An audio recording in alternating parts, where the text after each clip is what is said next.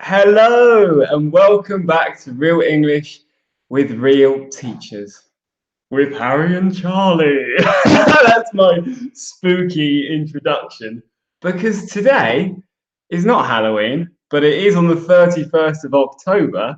I know that because me and Charlie just Googled it. So we're coming to you with an English lesson propelled by our conversation, but it's going to be a spooky conversation. And hopefully we'll be able to introduce you to lots of Halloween relevant vocabulary. So it should be very, very spooky, very spooky. Charlie, how are you today? I'm petrified. I'm scared to death. I'm ready for this Halloween episode. Yeah, I'm ready. I've got this blank. Should we do it straight away? Quickly, get the ball rolling. Yeah, sure. Yeah, as long as we've Yeah. got time for the sponsor. Yes, I won't forget the sponsor. So our blank for you guys to get chatting in the comments section. Are you afraid of blank? So what do you think the blank is? Fill it out, get creative, and we'll read out some of your good ones. But yeah, hello, I'm ready for it. Harry, who's our sponsor?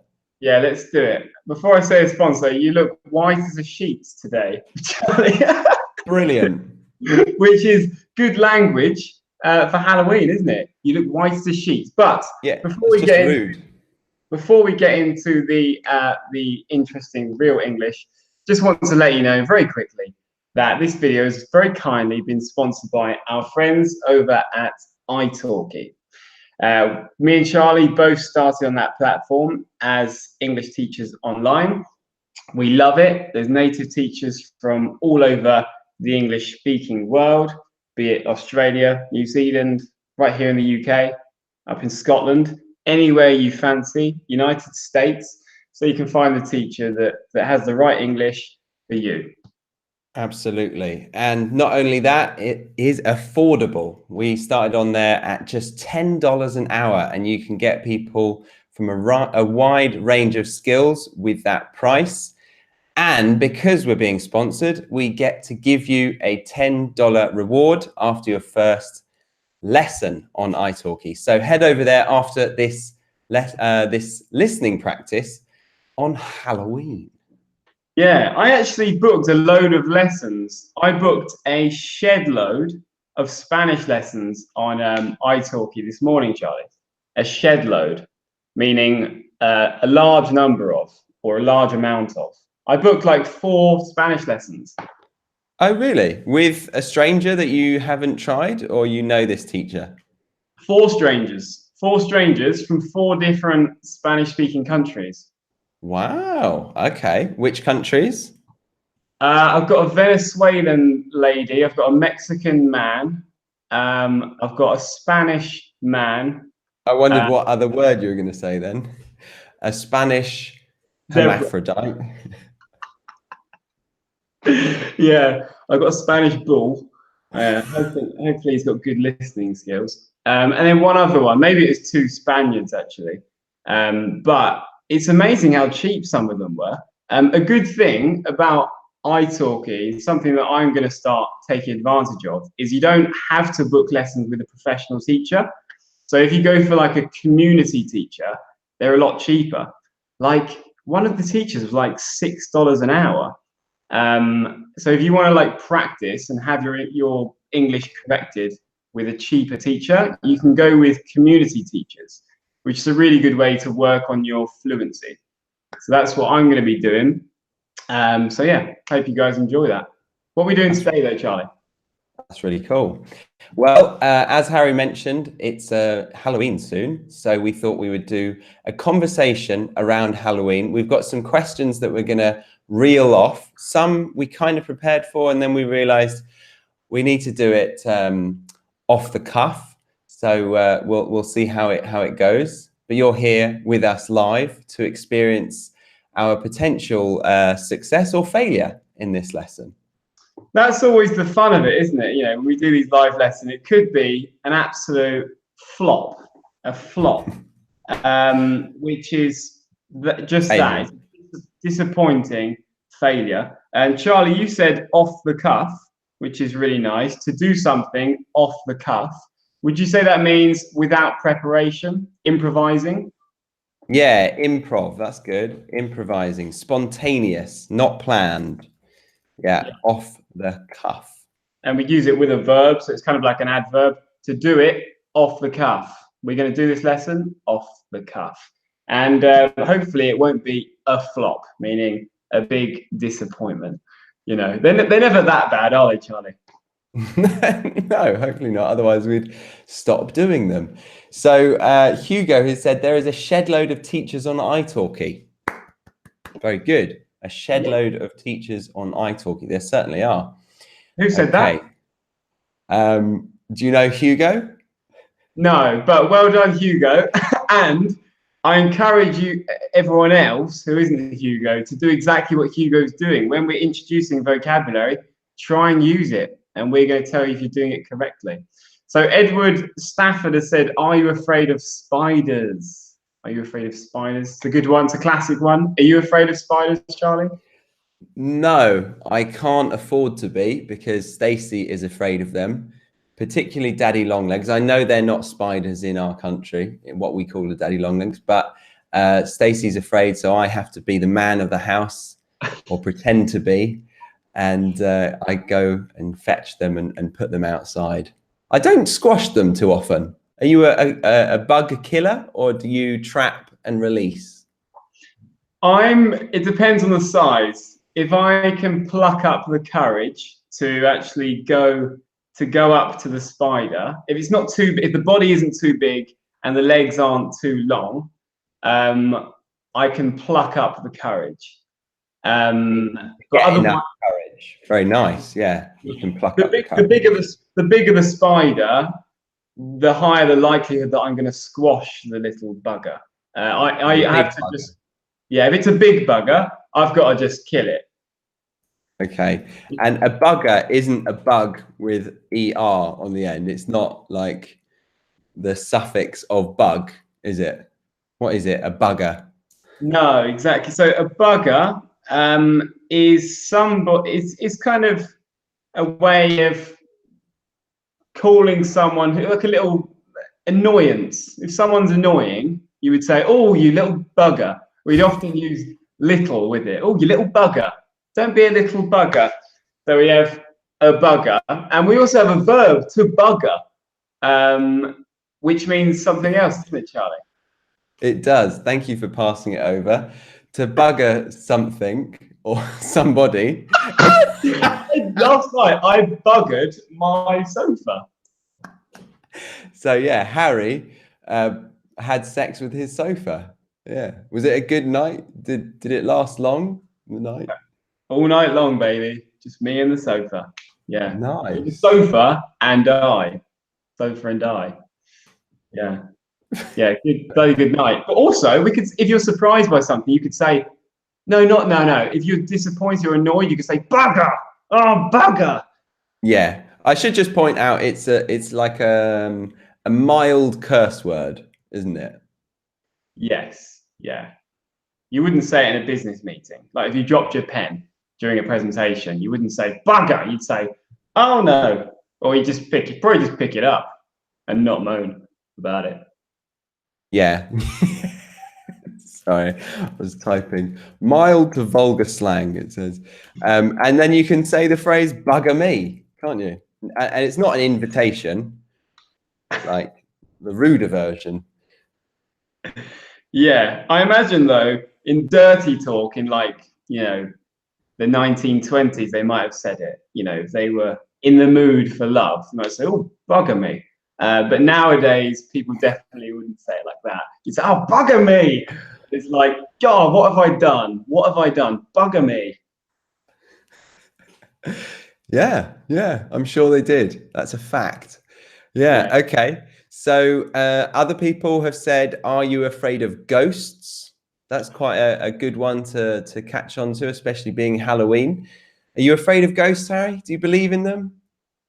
I don't believe in them. And for that reason, I'm not afraid of them because I'm pretty sure they don't exist. I'm afraid of creaky kind of noises that I hear during the night.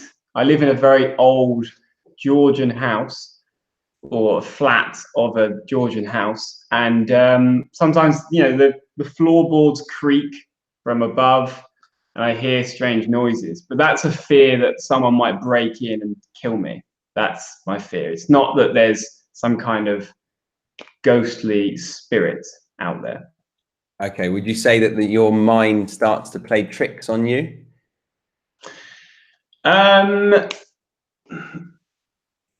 It can do, yeah, it can, yeah, because sometimes it's just like wind or something, or the natural kind of movement of the house. Not that houses move very much, but there are movements. But yeah, that's a good expression. Your mind plays tricks on you. How would you explain it? Your imagination goes crazy? Yeah, your Loses imagination. control? Yeah, your imagination goes crazy and it deceives you. It makes you think that something else is happening, or something else exists that really doesn't exist. You say, "Oh no, Charlie, that's not a ghost. Your mind is playing tricks on you. Your mind is playing tricks on you."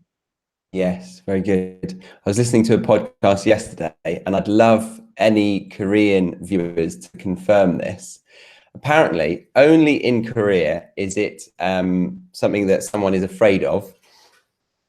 And I'll give it some dramatic effect.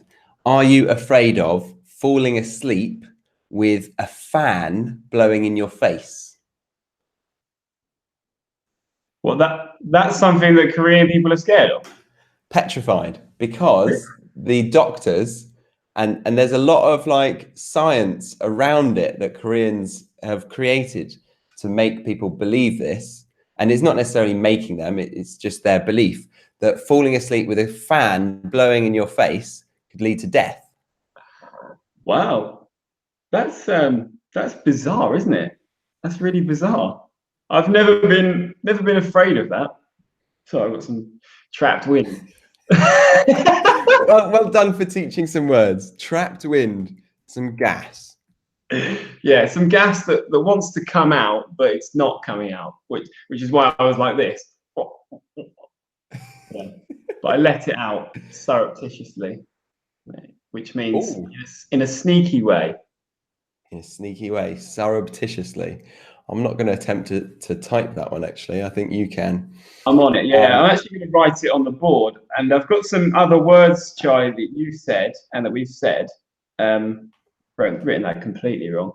And I would like you to explain them for me. Pluck up the courage. What does that mean, to pluck up the courage? Yeah, I think I caught that one in the box, in the chat box. To pluck up the courage, to get enough courage, to be brave enough. Yeah, so you need to pluck up the courage to go and squash the spiders, right? Exactly. Yes, yes. Yeah. And I often do, because I'm a brave man. Very brave. You are. You're a brave heart, my friend. That's why we love you. And these are the other words, surreptitiously. And the adjective would just be surreptitious. So you can say, I burped or I released my gas surreptitiously. Or I could say, I walked into Charlie's bedroom while he was sleeping surreptitiously. Okay. Or you surreptitiously put on your boxers after spending the night in the same bed with me. Very good. Very good. I feel like you need to kind of tell the story now. Yeah, I do. Yeah. So spooky and disturbing for you as well. And I think viewers, they like us. They probably want to know this story. yeah, hopefully they like us. So we went to Greece. I wouldn't say it was spooky. I wouldn't assume your naked body to be too supernatural, but ghostly white, I might add. Ghostly white. Yeah. Ghostly white. Yes, my bottom, because it doesn't get much sunlight, it would be ghostly white, or you could say white as a sheet. White Not as a shit. Yeah. Not shit. A sheet. Very good. Yeah. So we were in Greece, and we had some accommodation, but it only had one bed, a double bed. and we said, okay, we've done worse before, so yeah, let's share that bed. Just one rule, Harry. I know you like to get naked to sleep, but you're not doing that. That's absolutely out of the question. You've got to keep your underwear on. And I think, personally, and I hope you guys agree, that that's fairly acceptable to assume that of your friend. But did he do it? Did you do it, Harry? I did, actually. I did at the start of the night. So we went to bed.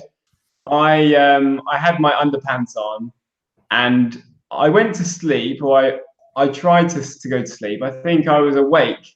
I was tossing and turning, meaning I was rolling around, and I couldn't get comfortable. I was tossing and turning, and I was like, oh, you know what? I can't sleep. This is just too uncomfortable. So I surreptitiously removed my underpants and placed them next to the bed. And then I planned to put them on in the morning before Charlie got up, so he didn't see them. But what happened next? I woke up and I realized there was something odd about his behavior with the duvet. He was keeping it very firmly pushed against his hip. And then we were sat down for ages. I said, all right, let's get up, let's go out. And he was like, yeah, let's get up. And I sort of sit up, and I noticed that he was really protective of the blanket. So I knew he had done it, but I didn't want to let him off too easily. So I lured him out of the bed by going out of the room and letting him think that he was able to surreptitiously pull his underwear back on. But I caught him in the act by turning back just as he was doing the most inappropriate behavior or movement. I said, I caught you. And his face, it was quite unforgettable. Yeah, I remember you said to me, "You bastard." Yes, that was it. Yeah, I was pulling up my pants, sitting on the side of the bed, and "You bastard." And I was like, "Charlie, I'm sorry." It felt like it was the end of Ruet on your face, the end of real English with real teachers. Yeah. You were like, oh, this is the end of our friendship. I've betrayed him and he's caught me. Yeah, I know. I thought this is so bad, but I said an apology. We had a high five. We didn't. We actually had a cuddle, and everything was He was clothed. Yeah. I waited for that. We were actually fully dressed. We were fully dressed by the time we had the forgiving cuddle. But Charlie has used some fantastic language in that story that made me feel quite embarrassed. Not really. So you said you let me off, Charlie. You let me off, right? Mm-hmm. Yeah. Eventually. Yeah. Eventually. So what he means by that is he allowed me to escape punishment, I guess, and to say, it's okay. So you could also say he let me get away with it. Yeah. So I didn't have a punishment.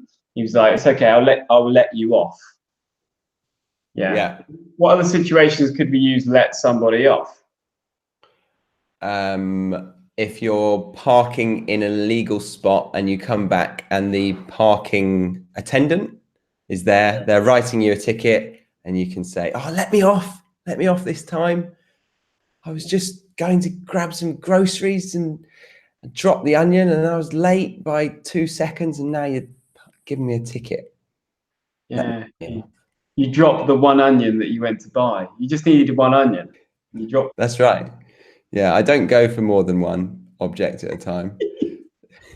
That's why I always make sure that the shop is just a stone's throw away from any apartment that I rent, because otherwise it's a hassle, I tell you. A hassle. Yeah, you take like 6 trips back and forth to the grocery store. That's so American. The supermarket every day. Yes, you just said a good one as well. A stone's throw away, meaning very close.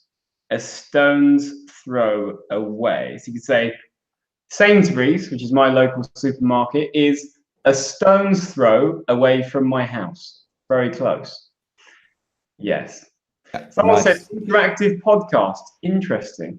Yeah, that is kind of what this is, isn't it? Glad it's interesting, or maybe the idea is interesting. Okay, I don't think we've actually got onto the questions yet, have we? No, I really like them filling it in. Should we do another one where they fill it in? Okay, yeah, it's a good way to get you guys involved. Have you Yeah. got one on the tip of your tongue? There was one. It might create some naughty answers.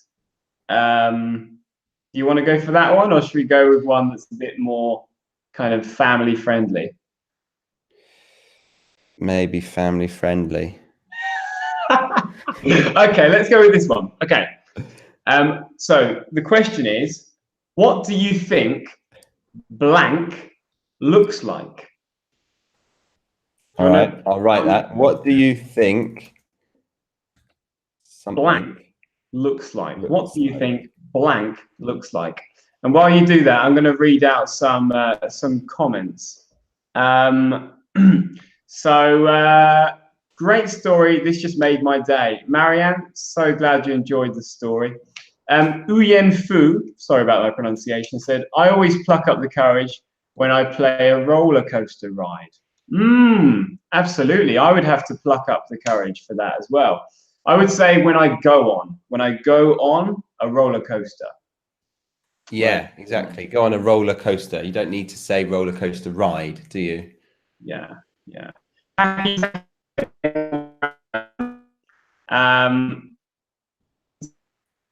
We will bear that in mind, maybe we'll have some lessons coming up. But teaching a kind of organic, natural way in conversation. But we can do some grammar, absolutely. Sure. Another one from Junior Farias. In Japan, they put bottles of water on the fences to keep out the cats from going into their properties. Wow, really? What does the bottle do? How does it defend your castle against cats? I have no idea. It reminds me of something my dad used to do. He bought some water pistols, just like a little gun, but it only contained water. Yeah, And that's he a had good it idea. on the windowsills, like outside the house. And when a cat came near to poo in his front garden, or just to wee there and hang around, he would squirt it with the water pistol. Ah, yeah, genius. I like it. Some clever cats on a hot day might talk about this and think, should we go have a nice little wake me up down at the Giles's? Yeah, it's just full of sleepy cats waiting to get their morning shower. He's now retired with a water gun that he's got to constantly trigger every 5 minutes. Yeah, it's a nightmare. He's got arthritis in his finger now. That backfired, didn't it, for him? Yeah. Oof. Great. Backfired. That's great. Do you want to define that? Backfired? Yeah. I know we did. You did it on Patreon. To backfire is to have something that you were intending to do hit you in. I can't explain it, Harry. You do it. You did it well yesterday. Yeah, I'll do it again. So it's when something has the opposite result that you wanted. So my dad was, firing his water pistol at cats, thinking, well, this will mean that cats don't come here anymore. It will scare them away. But in the end, they ended up coming back there because they liked it. They liked being sprayed with a water pistol because it was cooling and it woke them up. So my dad's attempt backfired. Very nice. Backfired. Yeah, have an opposite and undesirable effect, says Oxford. Very nice. There you go. So I'm afraid of cat callers, someone said. What's a cat caller? Not a prostitute, is it? A cat call is like a calling. Oh, is it like a whistle? Oh, a cat caller. Yeah, someone who, like a builder who's like, Okay. Yeah, sometimes you can be, they are a bit scary, those people. Best to just ignore them. You know, yeah, best to ignore them. Someone How said, many cat calls a day do you deal with, Harry? You sound like a man of experience in this department. yeah, my area's got lots of homosexual builders, and they always catcall me as I walk past. Tom. Yeah. Yeah. You don't normally get that combination, do you? A homosexual and a builder. It's not often that collocation, is it? No, Combination. no, not as common, not as common. But of course, there are homosexual builders out there, just like there are, straight air stewards. But normally they're not. But interesting observation, and fine to talk about it in a live lesson. Yeah. So, what do you think something looks like? What do you think's the missing thing here, Charlie? What I have no idea, and I've even got it in front of me. I can find it if I want. What do you think a homosexual builder looks like? Just like a straight building. Yeah, just a normal builder. Yeah, come on. So I'll tell. Have we got any guesses in? Have we got any good guesses? God. Daniela says, what do you think God looks like? That's a good one. Very good. We won't do the same mistake as last time and joke around the subject because we take it seriously, just like everyone. But yeah, good one, Daniela. What do you think the opposite side of the moon facing at you looks like? Probably very similar to the other side of the moon. But yeah, good point because we never see it. Yeah, I think it's exactly the same. So what do you think the village people had a gay? Oh no, that doesn't. That's my dad. The village people had a gay builder. Oh right. Okay, good. Thank you, Dad. Yeah. So please do join in, Dad. But try to follow along with the lesson. What do you think? He'll be busy with the cats soon, won't he? So there's one from Dan. Yeah, he will. He will be out there. He's put YMCA now. So Daniela said, "What do you think heaven looks like?" Now this one's very close to what the question is. The question is, "What do you think hell looks like?" Ah, okay. So in a way close, but in another way completely the opposite. Sorry. Were you not listening? I was just registering. Were you busy? I was just registering who Daniela is. Hello, Daniela. How the devil are you? So, what do you think heaven actually looks like? What do you think heaven looks like? What's your heaven, chat? I think heaven looks like the inside of a coffin, but you're dead. No, I'm joking. Well, I'm not joking because I think that, but I'm sure other people believe that heaven is above the clouds, floating around, saying all right to dead people and that. Yeah. All right. Dead person. Yeah. Oh, you're alive up here. Yeah. But yeah, let's move on to another question, I think. Yeah. Daniela thinks white and bright. Yeah. Why not black and dark? Yeah. Why not? Why not? But hell, if you were to imagine hell, Charlie, what would that look like for you? Is there any place on earth that you consider extremely unpleasant that you wouldn't want to spend? Bedford. That's unfair. I'm joking. No, Bedford is where Harry resides. No, it's a lovely, lovely town. No, I don't think I can think of a place that I would not. Maybe a dump. Probably wouldn't want to spend too long in a dump. Maybe that's hell. Yeah, that'd be horrible. Yeah, I've been to some dumps in my time, and that's a good word as well. A dump. A dump would be an unpleasant place that's not very nice. But the literal meaning of dump, the original meaning of dump, what is that, Chaz? A place where you put your rubbish. Are you meaning that one? Yeah. Yeah. I'm not delving back to the ancient Greek origins of it. Yeah. What's the etymology of dump? Yeah. Go on, hit me. Yeah.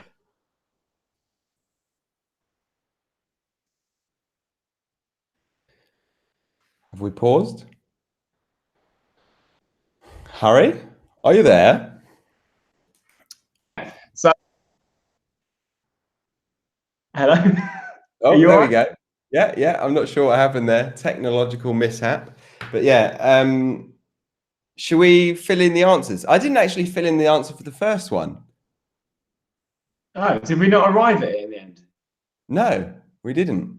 Yeah. It was, are you afraid of clowns?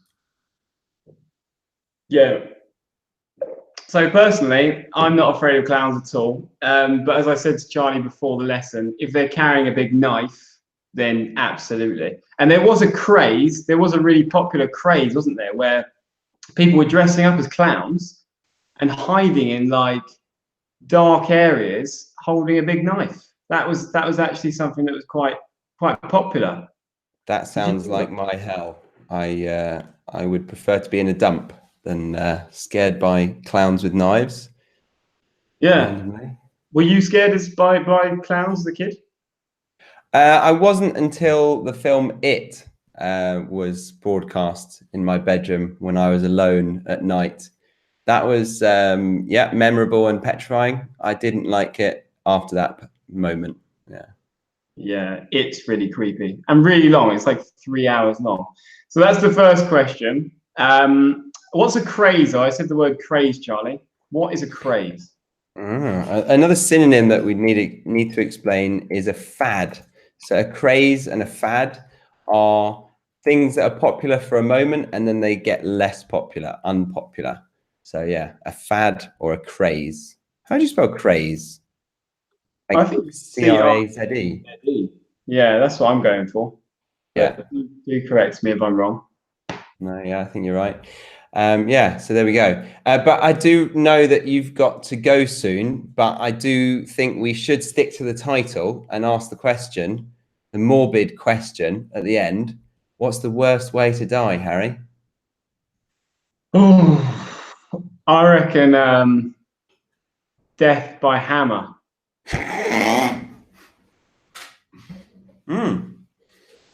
Yeah, death by hammer. You nearly spat your water out then, didn't you? Yeah, I was a right clown. That'd be- Okay, death by hammer. Yeah, that would be pretty bad. I heard of a torture that's pretty horrible as well. It's death by a tap of water, consistent tapping of water, or drip of water on your forehead. Okay. Well, that wouldn't actually kill you, though, would it? Are you saying It does. It actually does. Really? How? Yeah. How does that Because kill you can't fall asleep. So it drains you to the point where you go mentally insane because you're sleep deprived. Yeah, that would be horrible. Yes, Daniela, that's called Chinese water torture. Thank you very much. I thought it was, but I didn't want to say it in case it was wrong. That's it. Yeah. Thank you very much for that one, Daniela. Yeah, I think another way would just be really slow, gradual torture. You know, I think like Soviet torture.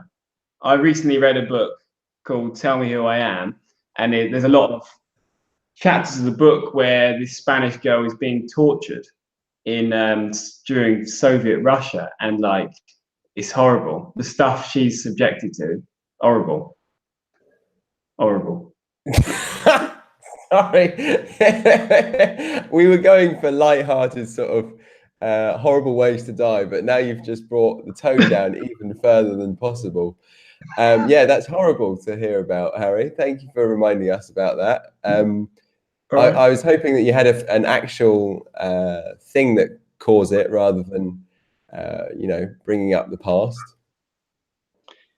Yeah. Well, it's a good book. It's kind of in in my head. I keep thinking about it, and that would be the worst. That would be the worst. Death by fire or being eaten alive by a wild animal. Yeah, that would be horrible. You're right. That would be horrible.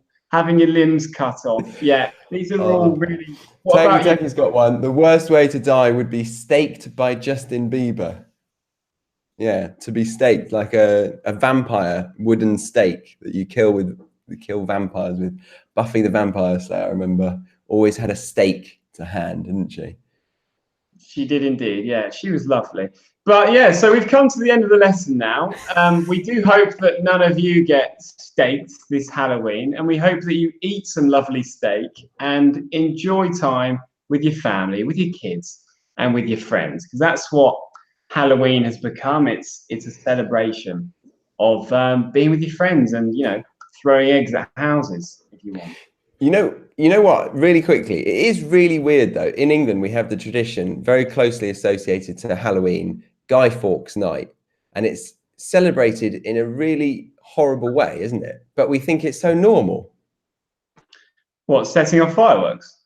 Setting a light to a burning man, not a real man now, but on the top of the bonfire and all going around, yay! Guy Fawkes is burning. Yeah, it's weird really to celebrate the death of someone. Like, basically, we're celebrating Guy Fawkes, who tried to blow up the Houses of Parliament. I think that's what he tried to do anyway. It would be like celebrating Bin Laden's death every year, for example. You know, he was a rotten shit. He did some terrible things. If we were to celebrate his death every year, that'd be weird. You know, if we went out dressed like Bin Laden knocking on doors, for example, how weird would that be? Oh, I'm speechless. Okay, you've gone above and beyond my expectations, Harry. Thank you very much. Yeah. So, guys, I hope you enjoyed that. As always, we'll be back sooner rather than later, hopefully. If you do want to check out ITALKI, go ahead and click on the description link and enjoy your $10 of lesson credit once you've purchased your first. And yeah, hope your lessons, Harry, are good, your Spanish lessons. Thanks very much. I hope so too. But if not, they were really cheap. So, you know, not too bad. I'll keep on trying until I find someone I like. That's important when you're finding a teacher. Don't just go with one and then give up. Keep trying until you find someone you actually get along with and you like. That's important. Yeah, very good advice. You know, when they find me and they hate my lessons, then they go to you and then they like your lessons, and then they found a good teacher. It's great. I love it when that happens. and that's basically. Charlie was a right shit. What's going on with him? Can I have a lesson with you, Harry? Yeah, normally my first question is, have you had lessons with Charlie? And if so, what didn't you like? And then it's fine. Yeah. Easy. Lessons to be learned. Okay, guys, sayonara. See you next time. Thank you very much for being with us and being so participative. Oh, lovely word. Participative. Yeah. Thanks very much, guys. And see you again soon. And Taki, I will wear a black t-shirt in the next live lesson. Thanks for the request. See you later.